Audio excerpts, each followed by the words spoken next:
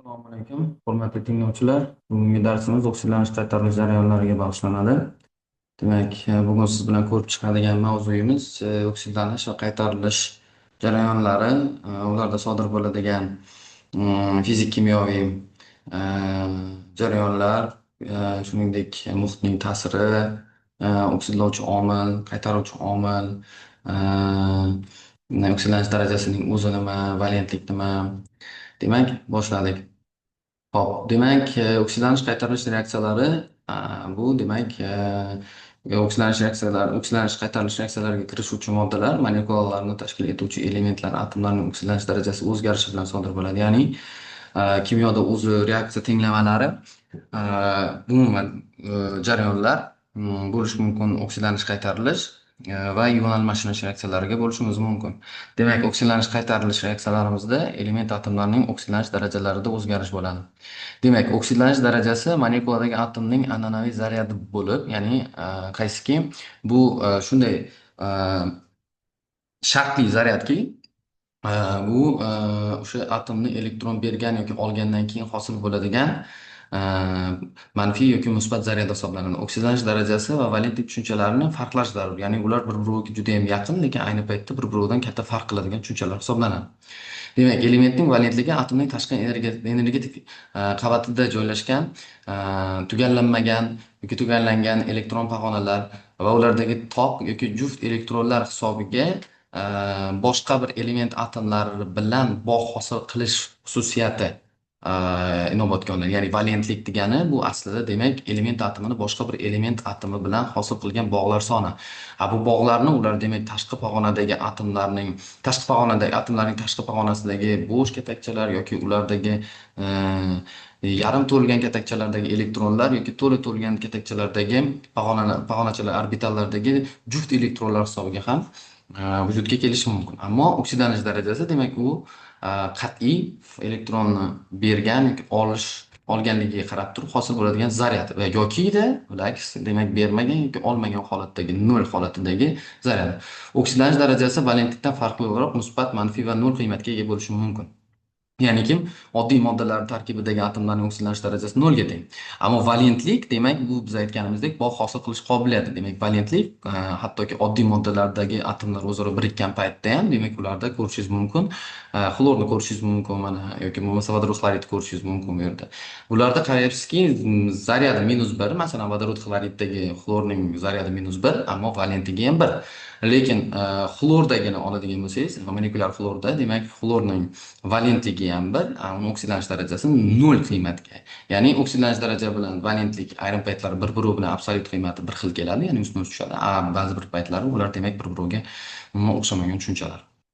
Oksidlanish qaytarish reaksiyalarining tenglamalarini to'g'ri shakllantirish uchun, ya'ni to'g'ri tuzish uchun bir necha qoidalarni bilishimiz kerak. Ya'ni atomlarning oksidlanish darajalarining kattaligini to'g'ri aniqlay olishimiz kerak. Ya'ni oksidlanish darajasi qanday aniqlanadi? Uning uchun quyidagi shartlarni bilishimiz kerak. Demak, birinchisi bu oddiy modda molekulalaridagi element atomlarining oksidlanish darajasi 0 ga teng. Ya'ni ular o'zaro bog' hosil qilgan paytda demak elektron bir-biridan olmaydi ham, bermaydi ham. O'zi aslida oksidlanish darajasi demak bizda elektron olish yoki berish natijasida hosil bo'ladigan shartli zaryad hisoblanadi. Demak, ishqoriy va ishqoriy yer metallarni gidritlaridan tashqari barcha birikmalarda vodorodning oksidlanish darajasi +1 ga teng. Ya'ni vodorodning oksidlanish darajasi doimiy +1 ga tenglashtirib olishimiz kerak. Agar albatta u ishqoriy metallar yoki ishqoriy yer metallari bilan gidrit hosil qilmagan bo'lsa. Endi peroksidlarni oladigan bo'lsak, peroksidlarda demak kislorodning oksidlanish darajasi -1 ga teng, boshqa hamma birikmalarda kislorodning oksidlanish darajasi -2 ga teng.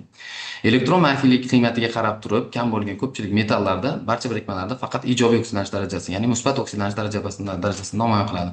Chunki metallar asosan elektron berish qobiliyatiga ega, ular elektron olish qobiliyatiga ega emas. Molekuladagi barcha atomlarning oksidlanish darajalarini yig'indisi har doim 0 ga teng bo'ladi.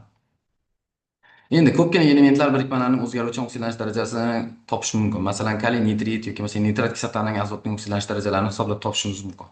Quyida siz ko'rishingiz mumkin, qarangki bu yerda tepada kaliy nitrit berilgan, pastda nitrat kislotaning o'zi berilgan. Demak, kaliy nitritda kaliyning oksidlanish darajasi +1 ga teng, chunki u ishqoriy metal hisoblanadi. Kislorodning oksidlanish darajasi -2 ga teng. Biz buni aytib o'tdik. Kislorodning deyarli oksidlanish darajasi deyarli chul holatda -2 ga teng bo'ladi va noma'lum oksidlanish darajaga ega bo'lgan azotnikini x bilan belgilaymiz va quyidagi arifmetik tenglamani tuzib olamiz. Ko'rib turibsizki, bu chiziqli tenglamada demak +1 ko'paytirilgan 1, ya'ni kaliy atomlari bitta bo'lgani uchun plus x, ya'ni oksidlanish darajasi azotniki x deb olingan va kislorodni demak 2 ko'paytirilgan minus 2. Umumiy yig'inda 0 ga tenglashtiriladi va arifmetik ifoda ishlanadi.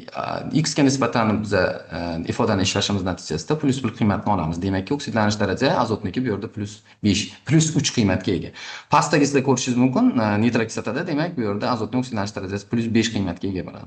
Aytib o'tishimiz kerakki, oksidlanish darajasining qiymatiga qarab turib ham biz demak moddani oksidlovchi, qaytaruvchi ekanligini keyinchalik aniqlash usullarini o'tamiz. Ya'ni oksidlanish demak nima bu? Atomlar, molekulalar yoki ionlar tomonidan elektronlarni berish jarayoni. Ya'ni elektron bergan paytda atom oksidlanadi. Lekin atomning o'zi, o'sha elektron berayotgan atomimizning o'zi demak qaytaruvchi rolini o'ynaydi. Qaytarilish elektron olish jarayoni, ya'ni o'ziga qo'shib olish jarayoni. Har qanday oksidlanish qaytarilish reaksiyalari oksidlanish va qaytarilish jarayonlaridan iborat bo'ladi. Ya'ni o'sha oksidlanish qaytarilish jarayonida mana shu ikkita jarayon qarama-qarshi sodir bo'ladi va одновременно, ya'ni bir paytda sodir bo'ladi.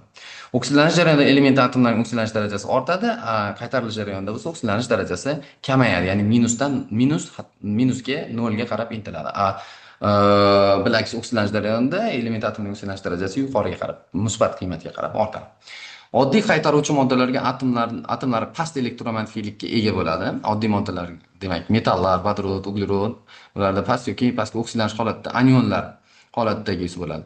Oddiy oksidlovchilar, demak oksidlovchi moddalarga atomlar elektromanfiyligi, ya'ni bular qaytaruvchilarga elektromanfiyligi past bo'lgan element atomlari qabul qilinsa, demak oksidlovchilarga elektromanfiyligi asosan yuqori bo'lgan element atomlari kiradi. Misol, galogen, kislorodni olishingiz, galogenlar masalan xlor, brom, yod, bular hammasi kuchli oksidlovchi. Yoki bo'lmasa oksidlanish darajasining qiymati bilakis endi teskarisiga past emas, balki yuqori. Eng plus qiymatda misol oladigan bo'lsak, mana bu yerda misol oksidlanish darajasi, marganisning oksidlanish darajasi plus 7 qiymatgacha ko'tarilgan. Demak, maksimal holatda turibdi. Oksidlanish qaytarish reaksiyalari 3 guruhga bo'linadi. Ya'ni molekulararo, ichki molekulyar. Endi lekin aytishimiz mumkinki, molekulararo bu demak oksidlovchi qaytaruvchilar turli molekulalarda joylashgan bo'lsa, molekulararo deyishimiz mumkin. Ya'ni uglerodning yonishini qarashimiz mumkin. Oksidlovchi agent kislorod bu yerda, u boshqa molekula tarkibida turibdi, uglerod boshqa molekula tarkibida turibdi. Ichki molekulyar oksidlanish qaytarilish reaksiyalarida endi bunda demak ham oksidlovchi ham qaytaruvchi ham bitta molekulaning o'zining ichida bo'ladi. Misol, metanni parchalanishini olib qaraydigan bo'lsak, demak bu yerda hozir oksidlovchi rolini vodorod o'ynayapti, ya'ni u plus 1 dan 0 ga qarab intilyapti, qaytaruvchi rolini uglerod o'ynayapti, chunki minus 4 dan 0 ga qarab intilgan. Disproporsionallanish reaksiyasi bor. Unda disproporsionallanish reaksiyasida demak bir xil oksidlanish darajasidan element atomi turli xil oksidlanish darajalariga o'tadi. Ko'proq bu yerda demak o'rtacha oksidlanish darajadan past va yuqori oksidlanish darajalariga, nisbatan past va nisbatan yuqori oksidlanish darajalariga o'tish kuzatiladi. Misol uchun marganisni oladigan bo'lsak, manganat kislotasining parchalanishini oladigan bo'lsak, bu yerda marganis plus 6 dan plus 7 va plus 4 qiymatlarga, ya'ni plus 6 o'rtada turadigan bo'lsa, demak plus 7, plus va 4 qiymatlarga bittasi pastga, bittasi tepaga tushish holati kuzatiladi. Endi oksidlanish qaytarish reaksiyalarini demak tuzishdagi asosiy qoidalarimiz. Boshlang'ich moddalarni demak birinchi qoidasi, boshlang'ich moddalar va reaksiyaga mahsulotlarning formulalarini yozishimiz kerak. Avvalo kimyoviy reaksiya tenglamasini tuzib olamiz. Keyin dastlabki moddalar va reaksiya mahsulotlarining oksidlanish darajalarini aniqlashimiz kerak. Har bitta element atomining oksidlanish darajasini topish kerak bo'ladi. Qaytaruvchi tomonidan berilgan va oksidlovchi tomonidan qabul olingan elektronlar soni va qaytaruvchi oksidlovchi uchun koeffitsiyentlarni aniqladi. Demak, elektron balans tuziladi va balans orqali koeffitsiyentlar tanlanadi. Tenglamalarning chap va o'ng qismlaridagi atomlarning muvozanatiga asoslanib, ya'ni tengligiga asoslanib, boshlang'ich moddalar va reaksiya mahsulotlari uchun koeffitsiyentlarni aniqlaymiz. Misol uchun temir 2 sulfatini kislotali muhitda kaliy permanganat bilan oksidlanish reaksiyasi berilgan. Demak, ko'rishimiz mumkin. Bu yerda birinchi reaksiya tenglamasi tuzib olinadi. Reaksiya to'g'ri tuzilgan, ko'rib turganingizdek, reaksiya to'g'ri tuzilgan. Ana endi o'sha reaksiyadagi har bitta moddaning oksidlanish darajasini topib chiqishimiz kerak. Demak, oksidlanish darajalari topib chiqiladi va shu asosda demak elektron balans tuziladi. Elektron balans orqali biz koeffitsiyentlarni tanlaymiz. Demak, qaytaruvchi tomonidan berilgan yoki oksidlovchi tomonidan qabul qilingan elektronlar soni, shuningdek qaytaruvchi oksidlovchi uchun koeffitsiyentlarni aniqlash quyidagicha, ya'ni plus 5 dan plus 7 dan plus 2 qiymatga o'tgan, demak u 5 ta elektron, plus 2 dan plus 3 ga o'tgan, demak 3 ta elektron. Shu asosda demak biz oksidlovchi qaytaruvchilar oldidagi koeffitsiyentlarni qo'yamiz va oksidlovchi qaytaruvchi oldidagi koeffitsiyent qo'yilgandan keyin uning yondosh moddalarini, ya'ni yonidagi moddalarning koeffitsiyentlarini mos ravishda tanlab qo'yib chiqiladi. Oksidlanish va qaytarilish bitta, demak, jarayonning ikki tomoni bo'lib, ya'ni u massala saqlanish qonuniga muvofiq qaytaruvchi tomondagi berilgan elektronlar soni oksidlovchi tomonidan qabul qilingan elektronlar soniga teng bo'ladi. Oksidlanish qaytarilish jarayonini aks ettirish uchun elektron tenglamalarini tuziladi. Berilgan moddaning xossalari ushbu birikmadagi elementlarning oksidlanish darajasiga qarab baholash mumkin bo'ladi. Eng past oksidlanish darajasi S, D elementli atomlarning energiya darajasi, demak, 1-2 elektronga ega. Tashqi energiya darajasi eng past oksidlanish darajasidagi 4-7 guruhdagi P element atomlari 8 ta elektronga ega. Ikkala holatda ham u elementning eng past oksidlanish darajasi atomlarning elektron qabul qila olmaydi va faqat qaytaruvchi bo'lishi mumkin.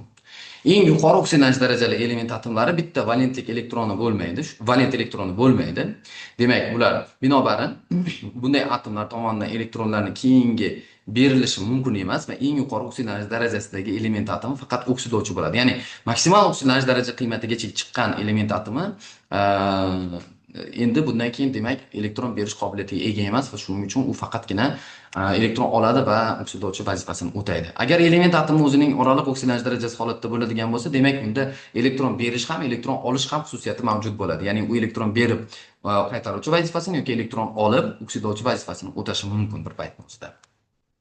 Oksidlanish qaytarilish xususiyatlari, demak, xususiyatlarining o'zgarishi quyidagicha ko'rishimiz mumkin. Ya'ni quyida sizga element atomlari berilgan va bularni, demak, oksidlanish darajasining qiymatini o'zgarishiga qarab turib, ularning oksidlovchilik xususiyatini aniqlab olishimiz mumkin. Demakki, xlor vodorod xlorid demak faqat qaytaruvchi bo'ladi. Bu yerda +7 demak perxlorat kislotasi faqat oksidlovchi xususiyatini, ya'ni u qaytaruvchi xususiyatini namoyon qila olmaydi, sababki unda elektron beradigan element atom yo'q. Oralaridagi, demak, xlor yoki gipoxlorid kislota, xlorat kislotalaridagi oksidlanish darajasi oraliq holatda, demak, ular ham oksidlovchi, ham qaytaruvchi bo'lishi mumkin. Demak, siz ko'rib turgan o'sha tenglama, ya'ni temir sulfatni kislotali sharoitda kaliper manganat bilan oksidlanish reaksiyasini ko'rib turibmiz. Demak, bu yerda o'sha berilgan va olingan elektronlar soniga qarab turib, demak, balansni tuzib, balans asosida, demak, koeffitsiyentlar tanlangan. Demak, elektron balans usulining asosi. Demak, elektron balans usuli asosida, demak, tenglamalarni tenglashtirishimizda asosiy bilishimiz kerak bo'lgan tushunchalar va oksidlanish darajasi va ulardagi qiymatlarni aniqlash. Ko'rishimiz mumkin, rufning sulfat kislotadagi erish jarayonini ko'rishimiz mumkin. Demak, bu yerda suyultirilgan kislotada erigan paytdagi elektron balans holati, temirni xlorid kislotaning, demak, suyultirilgan eritmasida erigan paytdagi, demak, tenglamasini elektron balansi va temir sulfat konsentrlangan sulfat kislota, temirni konsentrlangan sulfat kislotada eritilgandagi elektron balans tenglamasi keltirilgan. Shu bilan bugungi darsimiz o'z yakuniga yetdi. Demak, hammaga rahmat. Keyingi darslarimizda hali oksidlanish qaytarilish jarayonlariga yana batafsil to'xtalamiz. Hammaga rahmat. Sog' bo'lasizlar.